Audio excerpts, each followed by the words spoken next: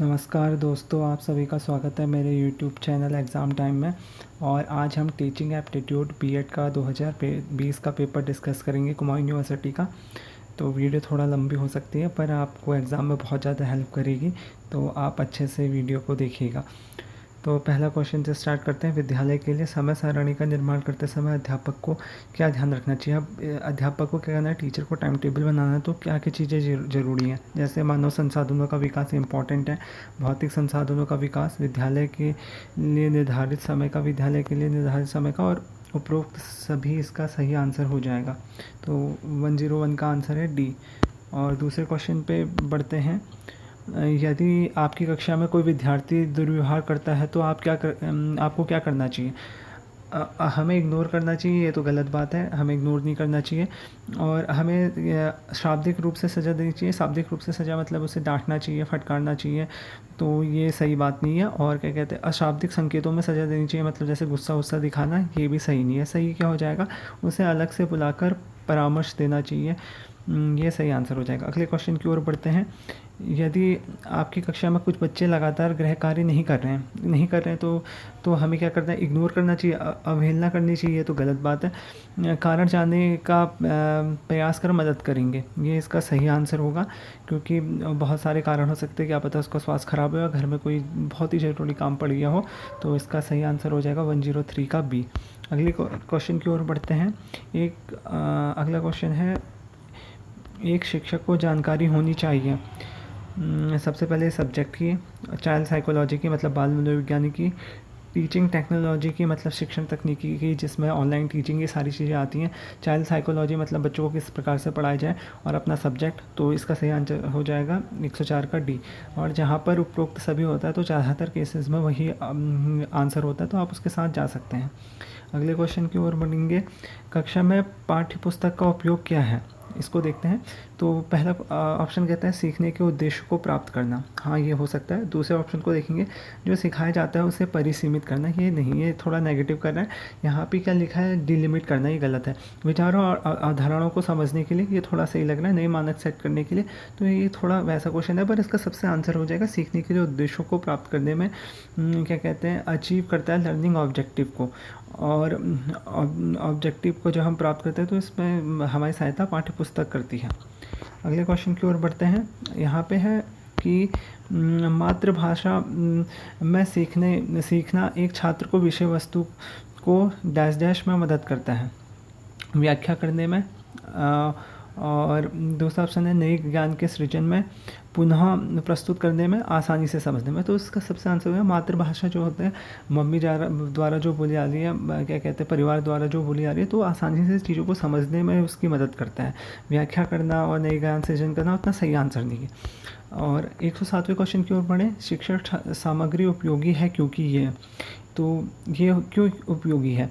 तो पहला ऑप्शन है शिक्षक के काम में मदद करते हैं, सभी इंद्रियों को सक्रिय करते हैं, छात्रों को चौकस रखने में मदद करती हैं, अधिगम को अधिक सार्थक बनाती हैं। हाँ, तो क्या है, मेक लर्निंग मोर मीनिंगफुल, शिक्षण सामग्री का ये है, मतलब और चीज़ें भी मदद करती हैं। सबसे सही आंसर है, कई बार हमें सबसे सही आंसर को भी ढूंढना होता है, तो ये लर्निंग की बात आ रही है कि अधिगम को और मीनिंगफुल बनाती है।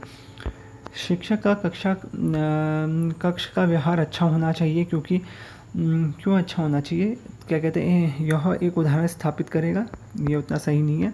छात्र को अधिक चौकस होंगे, उतना सही नहीं है। वातावरण सीखने के लिए अनुकूल होगा, अच्छा होना चाहिए, तो हाँ ये इसका सही आंसर है। और छात्र इसकी सराहना करेंगे, ये उतना इम्पोर्टेंट नहीं है। वातावरण सीखने के लिए अनुकूल होगा, कक्ष में टीचर का व्यवहार अच्छा है, तो बच्चों के लिए क्या कहते हैं, वातावरण और ज़्यादा अच्छा होगा, बच्चे सवाल पूछ सकेंगे और अच्छे से जान सकेंगे, और किसी प्रकार का भय नहीं होगा। और शिक्षक प्रशिक्षण आवश्यक है, क्योंकि ये क्यों आवश्यक है, अगर इसे देखें तो शिक्षण कौशल बढ़ाने के लिए, स्कूल संगठन के तरीकों को समझने के लिए, विषय के ज्ञान को बढ़ाने के लिए, और उपरोक्त सभी, हाँ इन सभी के लिए ही उपरोक्त सभी इसका सही आंसर है। क्योंकि क्या करता है, शिक्षण कौशल मतलब जो इंक्रीजिंग टीचिंग स्किल्स को भी बढ़ाता है, और स्कूल ऑर्गेनाइजेशन को भी समझने में मदद करता है, और विषय के ज्ञान को बढ़ाने के लिए भी यहाँ पे शिक्षक प्रशिक्षण इम्पॉर्टेंट होता है। डैश डैश के अध्ययन से छात्रों के प्रयोग और विश्लेषण की क्षमता में सुधार होता है। तो इसका study of improving students ability to experiment and analyse. तो एक्सपेरिमेंट और एनालाइज किस में होती है? इतिहास में करते हैं क्या एक्सपेरिमेंट हम, फिर एनालाइज करते हैं चीज़ों को? नहीं। और भाषा में ये नहीं होता है। गणित में थोड़ा बहुत कह सकते हैं पर नहीं है। विज्ञान इसका सही आंसर हो जाएगा, क्योंकि विज्ञान में हम ज़्यादा एक्सपेरिमेंट करते हैं और फिर उनसे ही विश्लेषण करते हैं, एनालाइज करते हैं, चीज़ों को निकालते हैं। और 111 क्वेश्चन की ओर बढ़ें। शिक्षण का मुख्य उद्देश्य होना चाहिए। शिक्षण का मुख्य उद्देश्य क्या होना चाहिए? तो केवल सोच विकसित करना तो और केवल तर्क विकसित करना। यहाँ पे ए और बी दोनों दे रखे हैं, तो ये एकदम सही आंसर है। सोच विकसित करने के साथ तर्क को भी विकसित करना इसका उद्देश्य है, तो इसका सी आंसर सही हो जाएगा। एक प्रभावी शिक्षक वह है जो कर सकता है। क्या कर सकता है एक प्रभावी शिक्षक? तो कक्षा को नियंत्रित, छात्रों को सीखने के लिए प्रेरित और दत्त कार्य को ध्यान से सही करना और कम समय में अधिक जानकारी देना। प्रभावी शिक्षक की बात करें, इफ़ेक्टिव टीचर क्या होगा? वो जो बच्चों को मोटिवेट कर सके। क्या कहते हैं, अगर बच्चे मोटिवेट होंगे तो सारी चीज़ें अपने आप करेंगे, उनको नियंत्रित करने की और किसी भी असाइनमेंट को करेक्ट और केयरफुली कराने की और किसी चीज़ की ज़रूरत नहीं होगी। मोटिवेट होंगे तो वो बच्चे खुद सीख जाएंगे, क्योंकि बच्चे को नन्हे वैज्ञानिक की संज्ञा दी जाती है। उच्च शिक्षा स्तर पर शिक्षण का मुख्य उद्देश्य होना चाहिए। हायर एजुकेशन लेवल पे क्या उद्देश्य होना चाहिए, इसके बारे में देखते हैं। तो यहाँ पे कह रहा है, पहला ऑप्शन कह रहा है नई जानकारी देने के लिए, छात्रों को परीक्षा पास कराने के लिए तैयार करना, निर्णय लेने की क्षमता का विकास करना और छात्रों को व्याख्यान के दौरान पूछे गए। तो यहाँ पे उच्च हायर एजुकेशन में क्या होता है कि निर्णय लेने की क्षमता बच्चों में विकसित हो जाए, ये इसका सबसे सही आंसर है। और एक शिक्षक को अपने छात्रों के साथ तालमेल स्थापित कर सकता है। 114 क्वेश्चन की बात करते हैं, तो एक गाइड की भूमिका निभाकर, सत्ता की मूर्ति बनाकर, छात्रों के लिए मित्र के रूप में और ज्ञान और कौशल के साथ छात्रों को प्रभावित कर सकें, ये इसका सही आंसर है। कैसे तालमेल स्थापित कर सकता है? अगर ये कहते हैं अपने ज्ञान और कौशल का सही तरीके से उपयोग करेगा और तो उससे बच्चों को इम्प्रेस कर सकता है।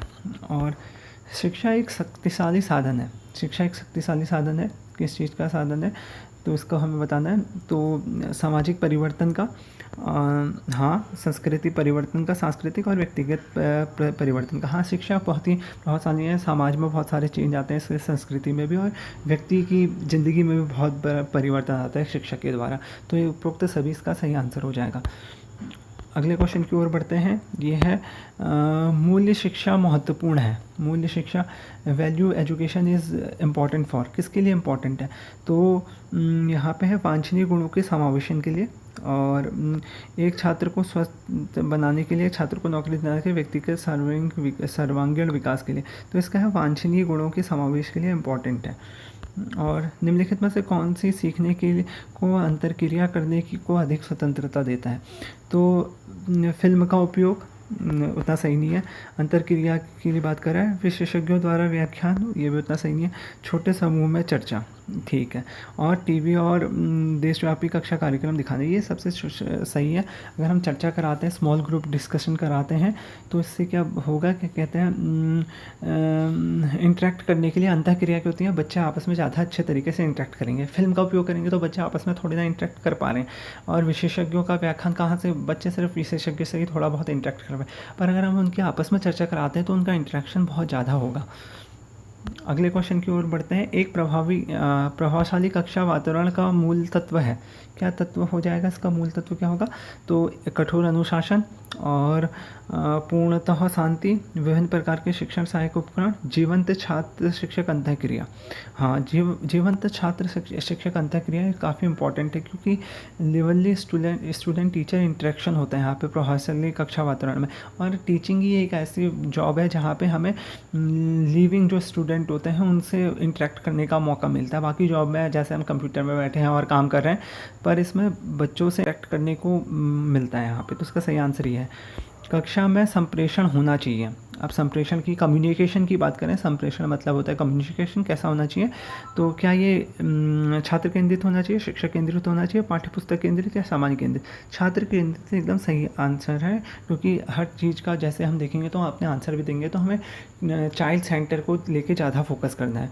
बच्चे के लिए क्या सही है उसको देखना है हर आंसर में। कक्षा के अंतर अंतःक्रिया उत्पन्न होती है। अब इंटरेक्शन की बात करें हम, क्लास के इनसाइट कैसे होती है? तो विचारों से, तर्क से, सूचना से, विवाद से। तो इसका जो सबसे सही आंसर होगा विचारों से, यहाँ पे आइडियाज़ जो होते हैं वो बच्चों में वो इंटरेक्शन कराने में मदद करते हैं। और एक शिक्षक सफल माना जाता है यदि, कैसे एक शिक्षक को सफल माना जाएगा? 121 क्वेश्चन कर रहे हैं, तो वो क्या अपने छात्रों को ज्ञान देने से? नहीं। छात्रों को अधिक अच्छा नागरिक बनाने की सहायता देने से? छात्रों की परीक्षा के लिए तैयार, विषय को संगठित रूप से प्रस्तुत करने से ही माना जाएगा। ये इसका एकदम सही आंसर है, सफल तभी माना जाएगा। यदि आपकी कक्षा का कोई छात्र कक्षा में कोई दुर्व्यवहार कर रहा है, तो पूरी कक्षा को परेशान कर रहा है, तो आपको किस प्रकार व्यवहार करना चाहिए? किस प्रकार व्यवहार करना चाहिए, इसका आंसर देखते हैं। तो आपको उसे सुधार का अवसर देना चाहिए, आपको छात्रों को कक्षा से निष्कासित कर देना चाहिए, ये सही नहीं है। और आपको अलग कर देना चाहिए, छात्र को अलग कर देना है, ये भी सही नहीं है। उसके व्यवहार की उपेक्षा करनी चाहिए और इग्नोर कर देना चाहिए, ये भी गलत है। उसमें सुधार के अवसर देने चाहिए, क्योंकि बच्चा इम्प्रूव कर सकता है और अपने व्यवहार में भी इम्प्रूव कर सकता है। अगले क्वेश्चन की ओर बढ़ते हैं। 123वां क्वेश्चन है, एक शिक्षक को कक्षा में प्रश्न पूछते समय किस विधि का पालन करना चाहिए? काफ़ी इंटरेस्टिंग क्वेश्चन है। शिक्षक को अधिक से अधिक प्रश्न पूछने चाहिए? नहीं। निश्चित समयावधि में अधिकतम प्रश्न? नहीं। एक निश्चित अवधि में अनेक सार्थक प्रश्न। सार्थक प्रश्न पूछना बहुत ही इंपॉर्टेंट है। हम दिन भर भी देखते हैं निरर्थक क्वेश्चन पूछते रहते हैं, ये ज़रूरी नहीं है। हमें सार्थक क्वेश्चन पूछने चाहिए जिनका कोई मतलब है, और ये हमारी लर्निंग को और ज़्यादा बढ़ाते हैं। और जितने अधिक संभव प्रश्न है, नहीं, ये गलत नहीं है। सार्थक, यहाँ पे मीनिंगफुल, यहाँ पे आ रखा है मीनिंगफुल क्वेश्चन पूछने चाहिए। एक अच्छे शिक्षक के लिए निम्नलिखित में से कौन सा गुण सर्वाधिक महत्वपूर्ण है? सबसे महत्वपूर्ण गुण की बात करें हम एक टीचर के लिए, तो उसे क्या करना चाहिए? अपने विषय में निपुण होना चाहिए, और उसे हमेशा अच्छे कपड़े पहनने चाहिए, उसके स्वभाव में धैर्य होना चाहिए, उसे विद्वान व्यक्ति होना चाहिए। तो 124 की बात करें तो इसका उसके मतलब पेशेंस स्किल्स सबसे महत्वपूर्ण है। उसमें पेशेंस स्किल होनी चाहिए, ताकि पेशेंस स्किल, वैसे तो आपको लगेगा कि किसका आंसर होना चाहिए कि उसको अपने विषय में निपुण होना चाहिए, नहीं, उसको पेशेंस होना चाहिए, क्योंकि क्लास में बहुत टाइप के बच्चे होते हैं, स्लो लर्नर, हाई लर्नर और मीडियम वाले, एवरेज लर्नर। तो अगर वो स्लो लर्नर को कैसे सिखा पाएगा अगर उसमें निपुण है पर वो उनको सुन नहीं पा रहा है, उनको टाइम लग रहा है, स्लो लर्नर को सीखने में टाइम लग रहा है, पेशेंस नहीं होता, उस ज्ञान का क्या करेगा? तो धैर्य होना, पेशेंस स्किल एक टीचर के लिए बहुत ही इंपॉर्टेंट है। तो इसका आंसर सी सही होगा। और 126 की बात करें, निम्नलिखित में से कौन सी 125, निम्नलिखित में कौन सी स्थिति कक्षा के वातावरण को जीवंत स्थिति है? तो इसका सही आंसर हो जाएगा छात्रों और शिक्षक के मध्य चर्चा। यह जीवंत स्थिति है, क्योंकि देखो कक्षा में अगर शांत स्थिति है तो कहाँ जीवंत स्थिति है? और क्या कहते हैं, छात्रों के मध्य चर्चा, ये भी जीवंत स्थिति है। कक्षा में हंसी, ये भी नहीं है। छात्रों और शिक्षक के मध्य चर्चा को ही जीवंत स्थिति माना जाता है। और अपने छात्रों के साथ तालमेल स्थापित करने का शिक्षक के पास सबसे अच्छा कौन सा तरीका है? सबसे अच्छा तरीके की बात करें यहाँ पर तो अपने छात्रों को मित्र बनाकर नहीं, छात्रों का शासक बनकर नहीं, तानाशाह बनकर नहीं, मार्गदर्शक। टीचर क्या होता है? बिकमिंग ए गाइड के रूप में कार्य करता है। निम्नलिखित में से कौन सी स्थिति शिक्षक के लिए सबसे चुनौतीपूर्ण है? कौन सी स्थिति सबसे चुनौतीपूर्ण है? तो शिक्षक अधिगम को, लर्निंग को और प्रभावशाली बनाना, ये सबसे अधिक और वो है, चुनौतीपूर्ण है। छात्रों के मध्य अनुशासन, ये तो आसानी से हो जाता है, और सीखने के वातावरण के साथ समायोजन, ये भी हो जाता है, और शिक्षण की योजना, ये तो आसानी से बनाई जा सकती है। पर प्रभावशाली बनाना, लर्निंग को इफेक्टिव बनाना, ये बहुत सबसे ज़्यादा चुनौतीपूर्ण रहता है। जब आपकी कक्षा का कोई छात्र कक्षा में अक्सर प्रश्न पूछता है तो शिक्षक का व्यवहार कैसा होना चाहिए? एक स्टूडेंट है, लगातार क्वेश्चन पूछ रहा है, तो क्या करना चाहिए? कक्षा के बाद छात्र को बुलाना, ये उतना सही नहीं है। प्रश्न पूछने के बाद छात्र को प्रोत्साहित करना, ये काफ़ी अच्छा आंसर है। और छात्र को प्रश्न स्वयं हल करने के लिए प्रोत्साहित करना, उसे बार बार प्रश्न पूछने पर मना करना, नहीं। इसका सही आंसर है कि बच्चे को बार बार प्रश्न पूछने पर हमें प्रोत्साहित करना है। क्या कहते हैं, इससे और बच्चे भी प्रश्न पूछने के लिए प्रोत्साहित होंगे और कक्षा का माहौल जीवंत बनेगा। आपको ये लग रहा होगा स्वयं हल करने के लिए प्रोत्साहित, नहीं, इससे लर्निंग उतनी इफेक्टिव नहीं बनेगी। हमें बच्चे को प्रोत्साहित करना, ताकि और बच्चे भी उससे प्रोत्साहित हों और अधिक से अधिक प्रश्न पूछें और हमारी क्लास जीवंत बने। यदि आपके छात्र पढ़ाई में रुचि नहीं ले रहे हैं तो आप क्या करेंगे? हमें क्या करना चाहिए, देखते हैं।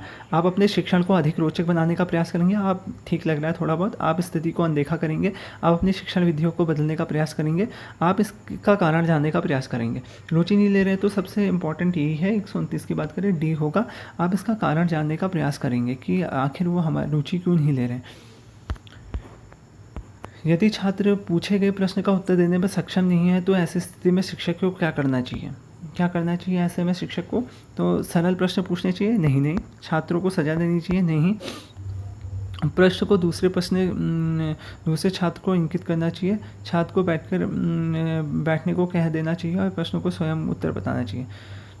और अगर यदि छात्र पूछे गए प्रश्न का उत्तर देने में सक्षम नहीं है तो सबसे इम्पोर्टेंट है कि हमें दूसरे छात्र को इंगित कर दूसरे को ट्रांसफ़र कर देना चाहिए question, pass the question to other student, क्योंकि इंडिविजुअल डिफरेंस होता है स्टूडेंट के बीच में। ज़रूरी नहीं है क्या कहते हैं, अगर उसको एक स्टूडेंट को क्लास में क्वेश्चन नहीं आ रहा तो पूरी क्लास को ना आए, हो सकता है कि किसी दूसरे बच्चों को उसका आंसर आए, तो हमें क्वेश्चन को पास कर देना सबसे इम्पॉर्टेंट और मतलब सबसे अच्छा तरीका यहाँ पे रहेगा। सरल प्रश्न पूछना उतना इम्पॉर्टेंट वो सही नहीं है, और सजा देना भी नहीं है, और बैठने के लिए कह देना भी नहीं है। पास कर देना ताकि वो जो जिस छात्र को उत्तर नहीं आ रहा वो भी उत्तर जान सके। अब हम 131 क्वेश्चन की ओर बढ़ते हैं। यहाँ पे पूछा गया निम्नलिखित में से कौन शिक्षक के आत्मविश्वास को दर्शाता है? तो शिक्षक का सामाजिक व्यवहार और शिक्षक का व्यक्तित्व, विषय वस्तु पर अधिकार, हाँ, अथॉरिटी ऑफ द सब्जेक्ट ये दिखाता है, और शिक्षक का समृद्धशाली होना। इसमें सबसे इम्पोर्टेंट सबसे सटीक आंसर हो जाएगा विषय वस्तु पर अधिकार। और क्या कहते हैं, आत्मविश्वास को दर्शाते, विषय वस्तु पे जितना ज़्यादा उसकी पकड़ होगी उतना ज़्यादा उसका टीचर का आत्मविश्वास उतना ज़्यादा होगा। शिक्षक के संदर्भ में एक कक्षा में सबसे महत्वपूर्ण बात क्या है? सबसे इम्पोर्टेंट बात करते हैं क्लास के उसमें कॉन्टेक्स्ट में कह रहे हैं शिक्षक द्वारा दिया गया व्यक्तित्व और फर्नीचर, शिक्षण सामग्री और शिक्षण विधियाँ। सबसे इम्पोर्टेंट क्या है, क्या कहते हैं, जो स्टेटमेंट दिए जाएंगे टीचर्स में, क्योंकि बच्चे बहुत ध्यान से सुन रहे हैं, सबसे ज़्यादा महत्वपूर्ण होंगे, क्योंकि उतनी स्टेटमेंट पे बच्चे बहुत ज़्यादा ध्यान देते हैं। विद्यालय में पाठ्य सामग्री गतिविधियों के आयोजन का उद्देश्य होना चाहिए ऐसा होना चाहिए। इसको देखते हैं। समय का सदुपयोग करना छात्रों के मनोरंजन के लिए और छात्रों को शारीरिक विकास के लिए, छात्रों को विभिन्न कौशलों के विकास के लिए। पाठ्य सहगामी गतिविधियों का को करिकुलर एक्टिविटीज़ का यहाँ पे वो कर रहे हैं, को करिकुलर एक्टिविटीज़ करवा रहे हैं, तो उसका क्या उद्देश्य, ऑब्जेक्टिव क्या होना चाहिए?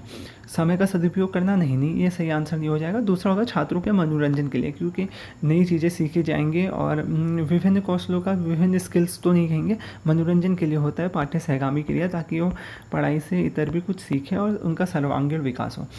ठीक है। 134 की बात करें, एक शिक्षक होने के नाते आप छात्र को किस गुण को सर्वाधिक महत्वपूर्ण मानते हैं? एक शिक्षक, छात्र का कौन सा गुण सबसे अधिक महत्वपूर्ण है? और तो स्वभाव में मानवता, व्यवहार में आज्ञाकारी, मित्रों पर सबसे इम्पोर्टेंट है इंडिपेंडेंट थिंकिंग स्किल, स्वतंत्र चिंतन कौशल की अपने आप से कितना सोच पाता है और इंडिपेंडेंटली कितना सोच रहा है, ये सबसे इम्पोर्टेंट है। 135 क्वेश्चन की बात करें, किस पद्धति से शिक्षा में छात्रों की अधिक भागीदारी संभव है? तो किसके द्वारा? व्याख्यान विधि, लेक्चर मेथड में क्या होता है, टीचर बस आगे से पढ़ाया जा रहा है, बच्चे सुन रहे हैं, लेक्चर मेथड में होता है क्या टीचर मतलब बच्चों की भागीदारी हो जाएंगी इसमें? नहीं। डिस्कशन मेथड में बच्चा और टीचर्स आपस में डिस्कस करते हैं, बच्चे आपस में डिस्कस करते हैं, तो यह अधिकतम भागीदारी दिखा रहा है। नरेशन मेथड में तो बताते रहता है, कहानी विधि में टीचर बस कहानी सुनाता है। तो परिचर्चा विधि, डिस्कशन मेथड में सबसे ज़्यादा बच्चों की भागीदारी होगी, और आपस में भी डिस्कशन कर सकते हैं और टीचर से भी फिर टॉपिक को डिस्कस कर सकते हैं। और अगले क्वेश्चन, निम्न में से कौन सा कथन सीखने की प्रक्रिया के लिए सही है? कौन सा कथन सही है? तो सीखना अधिगम औपचारिक परिस्थितियों में होता है, सीखना अनौपचारिक परिस्थितियों में होता है। सीखना अधिगम औपचारिक तथा अनौपचारिक दोनों परिस्थितियों में होता है। तो सीखने की बात कर रहे हैं, जो लर्निंग होती है वो फॉर्मल और इनफॉर्मल दोनों चीज़ में होती है। क्या हम सिर्फ स्कूल में सीखते हैं? नहीं, हम स्कूल के अलावा जैसे हम फॉर्मल और इनफॉर्मल मतलब हम कहीं और से भी सीख सकते हैं, जैसे यूट्यूब से सीख सकते हैं, कहीं से भी हम सीख सकते हैं, किसी से भी कोई भी नया कौशल सीख सकते हैं। जैसे किसी से हम कोई साथ में गली में क्रिकेट खेलता है, बैडमिंटन खेलता है, तो उससे सीख सकते हैं। मतलब सीखना जीवन पर्यंत चलता है और चलते रहता है, हम किसी से कुछ भी सीख सकते हैं। यदि आप कक्षा में एक प्रश्न पूछते हैं और एक विद्यार्थी अपूर्ण उत्तर देता है तो आप क्या करेंगे? काफ़ी अच्छा क्वेश्चन है। तो हम क्या करेंगे? अपूर्ण उत्तर दे रहा है मतलब पूरा उत्तर नहीं दे पा रहा है, उत्तर स्वीकार कर देंगे? नहीं, ये सही नहीं है। प्रश्न का पुनर्निर्माण करेंगे? नहीं। पुनर्बलन मतलब रीइंफोर्समेंट देंगे ताकि वो अपने उत्तर में और सुधार कर सके, मतलब अपने पूर्ण उत्तर जहाँ पे उसको कॉन्फिडेंस की कमी हो रही हो तो उसको पूरा कर सके। क्या पता बच्चे को उसका सही आंसर आता हो, एकदम सटीक आंसर आता हो, पर कॉन्फिडेंस की कमी के कारण बोल ना पा रहा हो। तो हमें पुनर्बल देना बहुत ही महत्वपूर्ण है। गृह कार्य का क्या सब प्रमुख उद्देश्य होना चाहिए? गृह कार्य का क्या होना चाहिए यहाँ पे? विद्यार्थी को घर की पढ़ाई तक बाध्य करना, स्वाध्याय की आदत को विकसित करना, विद्यार्थियों में अधिगम का परीक्षण करना कि कितनी लर्निंग हुई है, ये यहाँ पे वो किया गया है। जैसे भी अगर आपको कहीं पे देखता है तो लर्निंग अगर किसी ऑप्शन में देखता है तो मोस्ट प्रॉबेबली चांसेस है क्योंकि सही होगा, क्योंकि लर्निंग से ही चाइल्ड सेंटर ये सारी चीज़ें ही देखी जाती हैं टीचिंग एप्टीट्यूड में। एक शिक्षक द्वारा विद्यार्थियों में नैतिक मूल्यों का सृजन किया जाना चाहिए। किस प्रकार किया जाना चाहिए? नैतिक मूल्य क्यों इंपॉर्टेंट है? शारीरिक विकास हेतु अगर मोरल वैल्यूज होंगी तो शारीरिक विकास के लिए है मोरल वैल्यूज़? नहीं, बिल्कुल नहीं। मानसिक विकास के लिए नहीं। भावनात्मक विकास हेतु क्या कहते हैं? इमोशनल डेवलपमेंट के लिए क्या कहते हैं? ईडी डेवलप्ड होगा यहाँ पे, इमोशनल डेवलपमेंट होगा चाइल्ड का अगर उसमें नैतिक मूल्य होंगे, और नैतिक मूल्य भी काफ़ी इंपॉर्टेंट है। कक्षा में प्रभावशाली संप्रेषण हेतु एक शिक्षक में क्षमता होनी चाहिए। किस प्रकार की क्षमता होनी चाहिए शिक्षक में?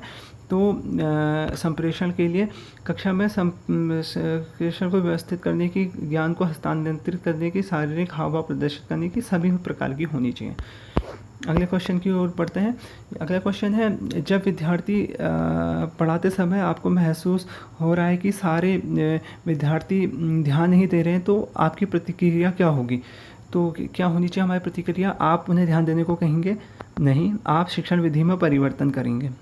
आप कक्षा को छोड़ के चले आएंगे? नहीं। आप उसी तरह से पढ़ाते रहेंगे? नहीं। हमें थोड़ा शिक्षण विधि में परिवर्तन करना चाहिए। अगर हम देख रहे हैं क्या कहते हैं बहुत सारे विद्यार्थी ध्यान दे रहे हैं, अगर कुछ एक दो विद्यार्थी ध्यान नहीं दे रहे तो हम कह सकते हैं कि ध्यान दीजिए आप, और उनसे बोल सकते हैं। पर अगर सभी बच्चे भी ध्यान नहीं दे रहे ज़्यादा तो हमें अपनी शिक्षण विधि में कहीं ना कहीं कमी आ रही है, तो उसे हमें चेंज करना पड़ेगा।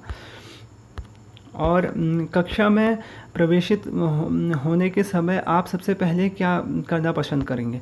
तो सबसे पहले हमें क्या करना पसंद कर सबसे पाठ का शिक्षण प्रारंभ करेंगे, कक्षा व्यवस्थित करेंगे। सबसे पहले कक्षा को व्यवस्थित करना सबसे इम्पॉर्टेंट है। बच्चे ठीक से बैठे हैं नहीं बैठे हैं, और क्या कहते हैं उनमें अनुशासन, डिसिप्लिन वो सारी देखना, कक्षा को व्यवस्थित करना सबसे इम्पॉर्टेंट है। शिक्षक के विद्यार्थियों के संबंध मधुर होने चाहिए। क्यों मधुर होने चाहिए? क्या कहते हैं विद्यार्थी कक्षा को सहज महसूस करते हैं, वे उनके द्वारा पढ़ाए गए विषय को पसंद करते हैं, सीखने का वातावरण निर्मित होता है। उपरोक्त सभी इसका सही आंसर हो जाएगा। संबंध मधुर होने चाहिए क्योंकि ये सारी चीज़ें हैं। एक प्रभावशाली शिक्षक बनने के लिए शिक्षक को प्रयोग करने चाहिए। क्या प्रयोग करने चाहिए उसके बारे में देखते हैं।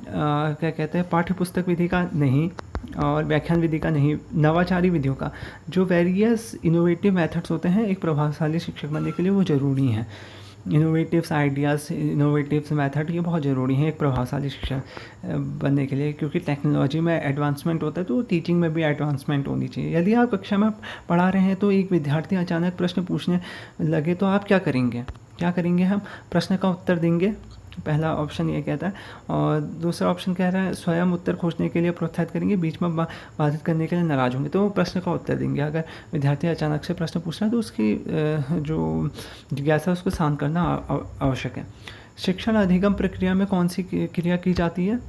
तो यहाँ पे बोलना, सुनना, देखना, निरीक्षण करना, लिखना, पढ़ना, और ये सारी क्रियाएं की जाती हैं। आपने विद्यार्थियों के साथ मिलकर सीखने की भावना का विकास करने के लिए कि आप क्या करेंगे?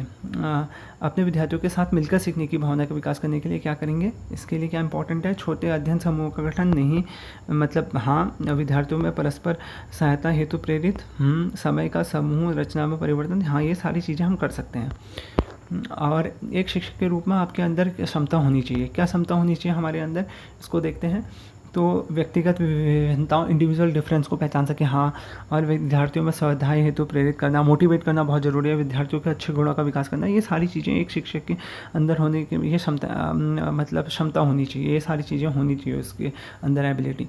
और धीमी गति से सीखने का निम्न में से क्या कारण हो सकता है? काफ़ी इंपॉर्टेंट क्वेश्चन है और इंटरेस्टिंग क्वेश्चन है। घर से विद्यालय का दूर होना, इससे तो धीमी गति से कोई वो नहीं है। मूलभूत ज्ञान का अभाव, ये सही है। सीमित मित्रों का होना, इससे भी कोई फ़र्क नहीं पड़ता। उपरोक्त ये तो होगा नहीं। मूलभूत ज्ञान का अगर अभाव होगा, अगर उसके बेसिक्स कमज़ोर होंगे तो बच्चा बहुत ही स्लो लर्निंग कर पाएगा। क्योंकि क्या कहते हैं अगर बच्चे को पता ही नहीं है कि उसको पढ़ना ही नहीं आता ठीक से, मतलब उसे अ आ ई पहचानने नहीं आते, वर्णमाला पहचाननी नहीं आती, तो बड़े वाक्यों और कठिन वाक्यों को ऐसे पढ़ पाएगा चाहे हम उसको कितना भी कर लें। तो मूलभूत ज्ञान बहुत ही आवश्यक है। एक शिक्षक को कक्षा में विद्यार्थियों को किस तरह व्यवस्थित करना चाहिए? काफ़ी इंपॉर्टेंट इंटरेस्टिंग क्वेश्चन है। तो विद्यार्थियों को एक दूसरे के निकट हो, विद्यार्थियों विद्यार्थी एक दूसरे से अलग हों, शिक्षक प्रत्येक विद्यार्थी पर नज़र रख सके। ये सबसे सही आंसर है। क्या कहते हैं, इस तरह से व्यवस्थित करना चाहिए कि सभी बच्चों पर नज़र हो, सभी को देखना है, देख के चलना है, सबको साथ लेके चलना है कि सभी बच्चे क्लास में ध्यान लगाएं। तो ये थे इंपॉर्टेंट 50 क्वेश्चन, और आप इस वीडियो को ध्यान से देखिएगा। आपके मतलब इसी से मिलते जुलते और कॉन्सेप्ट के क्वेश्चन आते हैं, तो आपके 50 में से आराम से 45 नंबर आ जाएंगे।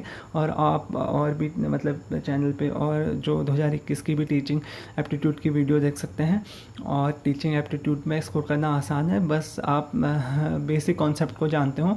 आपको चाइल्ड सेंटर लेके चलना है, और जो क्या कहते हैं लर्निंग वर्निंग इन चीज़ों पे ज़्यादा फोकस करना है। और मेन देखना है कि मतलब एडवांसमेंट को नज़र रखना है कि मतलब गतिमान होनी चाहिए एजुकेशन। और मेन ये देखना है कि चाइल्ड सेंटर हो, लर्निंग बाय डूइंग हो, और बच्चों को लेके चलना है। जो फोकस करना है टीचिंग एप्टीट्यूड में कि बच्चों का हम कैसे अच्छे से अच्छा कर सकें, और उनको ही लेके क्वेश्चन का आंसर देना है। और चैनल को लाइक कीजिए, सब्सक्राइब कीजिए, और मतलब वीडियो को लाइक कीजिए, चैनल को सब्सक्राइब कीजिए, और पढ़ते रहिए। Thank you.